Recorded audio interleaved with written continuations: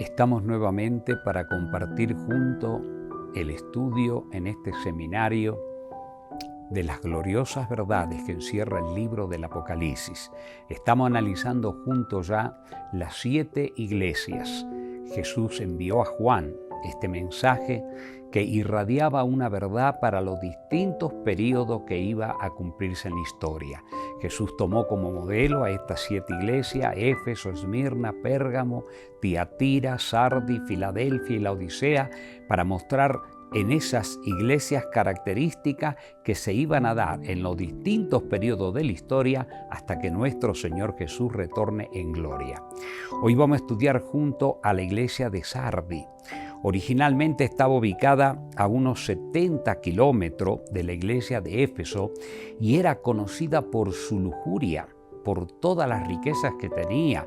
La arqueología descubrió allí un montón de riquezas y de tesoros tremendos. Por ejemplo, según la historia, el multimillonario Creso guardaba sus tesoros ahí, en los lugares donde estaba esta iglesia, Sardis, ¿no? El nombre que tiene significa príncipe o canto de gozo o lo que queda. O sea, se jactaban normalmente por su renombre y por la fama que ellos tenían. Ahora bien, leamos qué le dice Jesús a esta iglesia, que debe haber tenido un cumplimiento, lógicamente, en los días de Juan, pero por excelencia era el periodo histórico que iba a abarcar, según el Señor Jesús veía cómo se iban a conducir sus hijos o la flaqueza que iba a haber en gran medida en ellos. Por ejemplo, dice acá la palabra de Dios en el capítulo 3 de Apocalipsis, desde el verso 1, escribe al ángel de la iglesia en Sardis, el que tiene los 7 espíritus de Dios y las 7 estrellas, dice esto: yo conozco tus obras, que tienes nombre de que vive y estás muerto.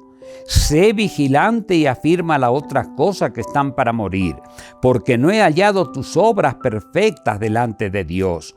Acuérdate pues de lo que has recibido y oído y guardado, y arrepiéntete, pues si no vela, vendré sobre ti como ladrón y no sabrás a qué hora vendré sobre ti. Pero tiene unas pocas personas en Sardis que no han manchado su vestidura y andarán conmigo en vestiduras blancas, porque son dignas. El que venciere será vestido de vestiduras blancas, y no borraré su nombre del libro de la vida, y confesaré su nombre delante de mi Padre y delante de sus ángeles. El que tiene oído para oír, oiga lo que el Espíritu dice a las iglesias. Qué interesante. ¿Cómo se dirige el Señor Jesús ahora a esta iglesia, a la cual le dice: tienes nombre de que vive, pero estás muerto? ¿Por qué el Señor le dice esto? ¿Y cómo se dirige Él? Dice: el que tiene los 7 espíritus de Dios y las 7 estrellas, dice esto. ¿Qué significa esto de los 7 espíritus de Dios? Bueno, cuando estudiemos el capítulo 4 y el 5, cuando veamos a la figura de nuestro Señor Jesucristo, ahí representando como un cordero con 7 cuernos y con los 7 espíritus de Dios, el número 7 sabemos que en la Escritura representa plenitud, perfección total. Los 7 cuernos, los cuernos representan poder. Cuando estudiemos el capítulo 5 vamos a ver todos estos detalles. Como Jesús dijo: toda potestad me es dada en el cielo y en la tierra. Son figuras que ilustran el poder que Él tiene. Y los 7 espíritus igual. En la palabra de Dios revela que se refiere a la omnisapiencia y omnipotencia de Dios sobre la faz de la tierra para conocer todo lo que ocurre en ella. Así que Jesús acá a Sardis se está dirigiendo: hijos, yo a ustedes lo conozco muy bien. Yo sé cómo se van a mover ustedes en este periodo histórico. Ustedes tienen nombre de que vive, pero están muertos. ¿Por qué el Señor Jesucristo les dice esto? Bueno, en primer lugar, vamos a recordar qué significa tener el Espíritu de Dios, pero estar muerto. Por ejemplo, si yo voy a la carta a los Efesios, el capítulo 2, el verso 1, me dice: y Él os dio vida a vosotros cuando estabais muertos en vuestros delitos y pecados. El verso 5, aún estando nosotros muertos en pecado, nos dio vida juntamente con Cristo. por gracia sois salvos. Vamos a ver, al ver este periodo, que tristemente los cristianos de esta época que aceptaron una verdad gloriosa, pero sin embargo, por haber entrado en el país que entraron y en las circunstancias que entraron, lamentablemente comenzaron a corromperse. ¿Por qué? Por querer vivir una vida más confortable, más amorosa. ¿Y cómo fue esto? Mis amigos queridos, alrededor del 1620, los cristianos que eran perseguidos en Europa, en Inglaterra, ¿verdad? Se los metía en la cárcel, se los apaleaba y se los mataba, todo. Era tremendo. Los cristianos ingleses escaparon y encontraron una hospitalidad en las playas de Holanda. Los holandeses le dieron la bienvenida. Y el primer barco que parte ahí para América del Norte, donde se va a establecer ahora la nueva potencia, acá en América del Norte, ¿verdad? Los Estados Unidos que van a surgir, es el primer barco que parte de Holanda. Son 100 personas que parten, son ingleses, son franceses y son holandeses. Por eso este país, los 3 idiomas que tiene mayormente es ingleses, franceses y holandeses. Y entonces partió ese barco y ellos llegan prácticamente a América del Norte y ahí comienzan a establecerse. ¿Y qué ocurre, mis amigos? Aquellos cristianos que vinieron con una fe pura, aquellos cristianos que vinieron con el anhelo de proclamar un mensaje glorioso acerca de Jesús el Salvador, el Redentor, que ascendió en gloria y que también va a volver. ¿Qué pasó en ese país? Comienzan tristemente a llenarse de confort y comienzan a dividirse entre sí. Por ejemplo, ellos trajeron una fe pura, ¿verdad? Los reformadores, Martín Lutero, Wycliffe, Hus, Jerónimo de Praga, proclamaron un mensaje puro, que estaban unidos, pero ahí comienzan tristemente a fragmentarse. Ahí tenemos nosotros en pantalla las distintas denominaciones cristianas que surgieron. Por ejemplo, la iglesia presbiteriana, la iglesia episcopal, la iglesia bautista, había varias, la iglesia bautista del norte, la iglesia bautista del sur, ellos mantenían inclusive el día de reposo el sábado, la alianza evangélica y bueno, muchas más, metodistas, congregacionalistas, luteranas, etcétera. Todas esas iglesias comenzaron tristemente, cada una con distintas ideas dentro del marco evangélico, usando la Biblia, pero unos pensando una cosita acá, otra allá, y se fueron fragmentando de esa manera. ¿Cuál fue el estado triste que llegaron estas iglesias? Miren, yo voy a leerles una página muy hermosa del gran libro El conflicto de los siglos. Es un libro que está diseminado ahora por todo el mundo y yo voy a leerles cómo se encontraban las iglesias en este periodo histórico. Dice así en la página 354 al 355 del conflicto de los siglos. El título, por si acaso, Heraldos de una nueva era, porque en otras, como son varias traducciones del libro, algunas tienen unas páginas menos, otras páginas más, porque algunas son letras más grandes, otras más chicas. Dice así: pero a medida que el espíritu de humildad y piedad fue reemplazado en la iglesia por el orgullo y el formalismo, se enfriaron el amor a Cristo y la fe en su venida. Absorbido por la mundanalidad y la búsqueda de placeres, el profeso pueblo de Dios fue quedando ciego y no vio las instrucciones del Señor referente a las señales de su venida. La doctrina del segundo advenimiento había sido descuidada. Los pasajes de la Sagrada Escritura que a ella se refieren fueron oscurecidos por falsas interpretaciones hasta quedar ignorados y olvidados casi completo. Tal fue el caso especialmente en las iglesias de los Estados Unidos de Norteamérica. La libertad y la comodidad que gozaban todas las clases de la sociedad, el deseo ambicioso de riqueza y lujo que creaba una atención exclusiva a juntar dinero, la ardiente persecución de la popularidad y el poder. Todo esto ocurrió y dice, la condición en que se hallaría entonces la iglesia está descrita en las palabras del Salvador en el Apocalipsis. Tienes nombre de que vive y estás muerto. Y a los que no quieren dejar su indolente descuido, se les dirige el solemne aviso: si no velare, vendré a ti como ladrón y no sabrás a qué hora habré de venir. Sí, amigo, ustedes saben que a las 7 iglesias, por ejemplo, a la iglesia de Éfeso, Esmirna, Pérgamo y Tiatira, Jesús no le habla nada de su segunda venida. Pero a Sardis, que ya llegaba al 1700, le dice, si no vela, vendré a ti como ladrón. Ya le habla de la segunda venida. ¿Y por qué razón? Porque en ese periodo histórico justamente se cumplieron grandes señales cósmicas en el cielo que la profecía indicaba que iba a ocurrir. Por ejemplo, si yo voy al Evangelio de Mateo, el capítulo 24, el versículo 29, después que el Señor Jesús enumera guerra, rumores de guerra, pestes, hambres, terremotos y todas esas señales, el verso 29 dice, e inmediatamente después de la tribulación de aquellos días.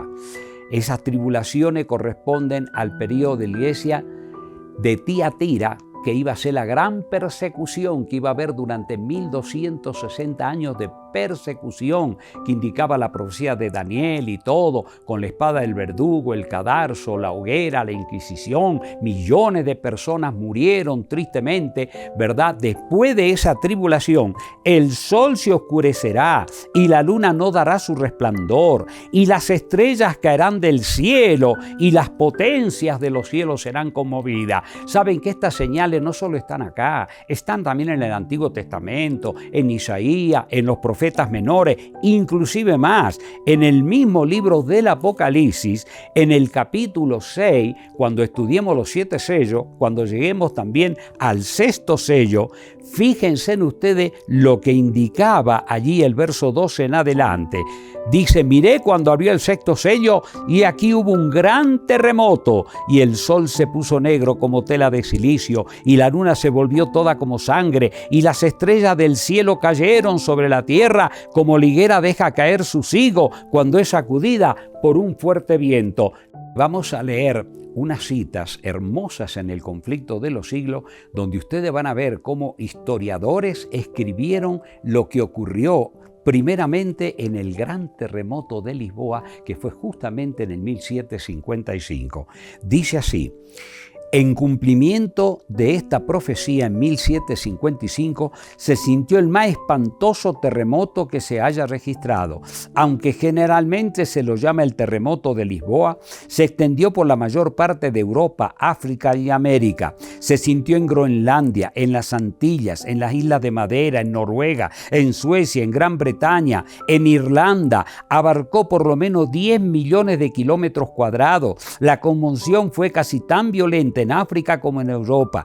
Gran parte de Argel fue destruida y a corta distancia de Marruecos, un pueblo de 8 a 10.000 habitantes desapareció en el abismo. Una ola formidable barrió las costas de España y África, sumergiendo ciudades y causando inmensa desolación. Fue en España y Portugal donde la sacudida alcanzó su mayor violencia. Se dice que en Cádiz la oleada llegó a 70 pies de altura. Algunas de las montañas más importantes de Portugal fueron sacudidas hasta su cimiento y algunas de ellas se abrieron en sus cumbres que quedaron partidas de un modo asombroso, en tanto que trozos enormes se desprendieron sobre los valles adyacentes. Se dice que de esas montañas salieron llamaradas de fuego. Todo eso está escrito. Miren, Sir Charles Lyell, en Principios de Geología, está hablando justamente, allí cita el libro El Conflicto de los Siglos, estos historiadores que escribieron justamente, ¿verdad?, estas cosas. Dice, el libro sigue diciendo, en Lisboa se oyó bajo tierra un ruido de trueno e inmediatamente después una violenta sacudida derribó la mayor parte de la ciudad. En unos 6 minutos murieron 60.000 personas. El mar se retiró primero y dejó seca la barra. Luego volvió a una ola que se elevaba hasta 50 pies sobre su nivel ordinario. Entre los sucesos extraordinarios ocurridos en Lisboa durante la catástrofe se cuenta la sumersión de un nuevo malecón construido completamente de mar mármol y con ingeste gasto. Un gran gentío se había reunido allí en busca de un sitio fuera del alcance del derrumbe general, pero de pronto el muelle se hundió con todo el gentío que lo llenaba y ni uno de los cadáveres salió jamás a la superficie. La sacudida del terremoto fue seguida instantáneamente del hundimiento de todas las iglesias y conventos, de casi todos los grandes edificios públicos y más de la cuarta parte de las casas. Unas horas después estallaron en diferentes barrios incendios que se propagaron con tal violencia durante casi 3 días que la ciudad quedó completamente destruida. Eso está escrito en la Enciclopedia Americana, Lisboa, ¿verdad? En el año 1831. Sí, mis amigos, ahí tenemos nosotros el registro histórico de cómo ocurrió este gran terremoto. La historia nos revela que justamente 25 años después, exactamente el 19 de mayo de 1780, se dio la segunda señal. El gran día oscuro de la Nueva Inglaterra sí está registrado. ¿Qué ocurrió? Miren lo que comenta también esta literatura. Dice, 25 años después apareció la segunda señal mencionada en la profecía, el oscurecimiento del sol y la luna. Lo que hacía esto es aún más sorprendente, era la circunstancia de que el tiempo de su cumplimiento había sido indicado de un modo preciso. En su conversación con los discípulos en el Monte de los Olivos, el Señor Jesús les había explicado todo esto. Fue único o casi único en su especie por lo misterioso del hasta ahora inexplicado fenómeno que en él se verificó. Fue el día oscuro del 19 de mayo de 1780, inexplicable oscurecimiento de todo el cielo visible y atmosférico de la Nueva Inglaterra. R.M. Deben, Nuestro primer siglo, página 89. Historiadores que están registrados acá en el libro El conflicto de los siglos, que están mostrando justamente este fenómeno. Sigue diciendo el libro, un testigo ocular que vivía en Massachusetts describe el acontecimiento del modo siguiente. Por la mañana salió el sol despejado, pero pronto se anubló. Las nubes fueron espesándose y del seno de la oscuridad que ostentaban brillaron relámpagos y se oyeron truenos y cayó en un leve aguacero. A eso de las 9 las nubes se atenuaron y revistiendo un tinte cobrizo demudaron el aspecto del suelo, peñas, árboles, al punto que no parecían ser de nuestra tierra. A los pocos minutos un denso nubarrón negro se extendió por todo el firmamento, dejando tan solo un estrecho borde en el horizonte y haciendo tan oscuro el día como suele serlo en verano a las 9 de la noche. Temor, zozobra y terror se apoderaron gradualmente de los ánimos. Desde las puertas de las casas las mujeres contemplaban la lóbrega escena, los hombres volvían de las faenas del campo, el carpintero dejaba las herramientas, el herrero la fragua, el comerciante el mostrador, los niños fueron despedidos de la escuela y huyeron a sus casas llenos de miedo. Los caminantes hacían alto en la primera casa que encontraban. ¿Qué va a pasar?, decía. Preguntaban todo. No parecía sino que un huracán fuera a desatarse por toda la región o que el día del juicio estuviera inminente. Hubo que prenderles vela y la lumbre del hogar brillaba como una noche de otoño, sin luna. Las aves se recogieron a sus gallineros, el ganado se juntó en su encierro, las ranas cantaron, los pájaros entonaron sus melodías del anochecer, los murciélagos se pusieron a revolotear sobre los hombres. Sabía que no había llegado la noche. O sea, mis amigos queridos, ¿qué está mostrando todo esto? Cuando ustedes sigan leyendo ahí los detalles que aparecen con distintos escritores que han escrito sobre este tema, ustedes van a ver, por ejemplo, William Gorham, Historia del surgimiento y progreso, establecimiento de la independencia de los Estados Unidos de Norteamérica. Está hablando de cómo la oscuridad fue todo el día. Dice que todo el día, y eso no fue ningún, eclipse, porque inclusive la luna estaba en otro lugar diferente al sol. Así que eso está solamente registrado como el gran día oscuro de la Nueva Inglaterra. Y si ustedes siguen leyendo allí, en el libro El conflicto de los siglos, van a ver cómo salió la luna, toda roja como sangre esa noche. ¿Y qué ocurrió? el 19 de mayo después de 1780 por la noche, justamente el oscurecimiento del sol primero y luego el enrojecimiento de la luna. Y luego de estas tres señales, del gran terremoto de Lisboa, del oscurecimiento del sol, del enrojecimiento de la luna, 13 de noviembre de 1833 fue el fenómeno de la caída de la estrella, o sea, meteorito, estrella fugaces. Todos los testigos, ustedes sigan leyendo allí el libro maravilloso, los que tengan, van a ver los detalles que muestran allí. Por ejemplo, toda la noche el cielo estuvo surcado de estrellas fugaces. Parecería que todos los cuerpos luminosos fueron reunidos en algún punto del cenit y de ahí arrojados hacia la tierra. Toda la noche hasta el amanecer fue esa caída de estrellas fugaces. O sea que las cuatro señales que indicaba el Antiguo y el Nuevo Testamento se cumplieron justamente en este período de la iglesia de Sardis. Fíjense en ustedes por qué el Señor le dice: tú tienes nombre de que vive, pero estás muerto. Ellos dejaron de cumplir la gran misión que se le había encomendado. Ahora bien, mis amigos, ¿qué decía el capítulo 3, volviendo siempre a la iglesia de Sardis? Desde el versículo 4 en adelante: pero tienes unas pocas personas en Sardis que no han manchado su vestidura y andarán conmigo en vestiduras blancas porque son dignas. O sea, siempre hubo fieles hijos de Dios. A pesar de la apostasía que iba a haber, del enfriamiento, de que no iban a cumplir su misión las distintas denominaciones cristianas, sin embargo, en el seno de ella siempre se mantuvieron algunos firmes y fieles que perseveraban, ¿verdad?, en el bien hacer. Así que el Señor les dice ahora: el que venciere será vestido de vestiduras blancas, y no borraré su nombre del libro de la vida, y confesaré su nombre delante de mi Padre y delante de los ángeles. Sí, amigo, vestido de vestiduras blancas. En la palabra de Dios, las vestiduras blancas son símbolo de la justicia de Cristo. Y si ahora nosotros estamos revestidos de esa justicia y proclamamos ese glorioso mensaje que Cristo vendrá para poner fin al dolor,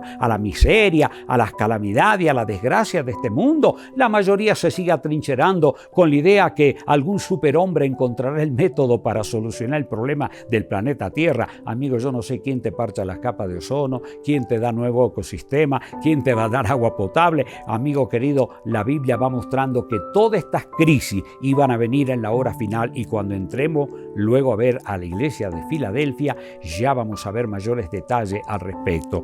Pero qué interesante, amigo, tenemos todo que lograr la victoria. Así como a estos cristianos de Sardis Dios les dice, también nos dice a nosotros, porque hay lecciones que tenemos que aprender. Nosotros ahora más que ellos estamos viendo el cumplimiento fiel de las profecías, estamos viendo todo lo que está pasando en la faz de la tierra. Por lo tanto, tenemos que advertir al mundo de su inminente destrucción y ayudar para que las almas sinceras se conviertan al Dios vivo. Sigue diciendo: el que venciere será vestido de vestiduras blancas, y no borraré su nombre del libro de la vida, y confesaré su nombre delante de mi Padre y delante de los ángeles. Mis amigos queridos, el libro de la vida. ¿Saben ustedes que cuando se estudia en la Biblia los registros que hay en los cielos, hay un montón de registros? El libro de la vida, el libro de memoria, el libro de la muerte. O sea, en el libro de la vida se registran nuestros nombres cuando nosotros aceptamos y servimos al Mesías Redentor. Por ejemplo, en el libro del Apocalipsis, cuando estudiemos el capítulo 13, allí nosotros vamos a ver qué triste va a ser para aquellos que están dispuestos a adorar a los poderes que se oponen a Dios y que sus nombres no fueron escritos en el libro de la vida.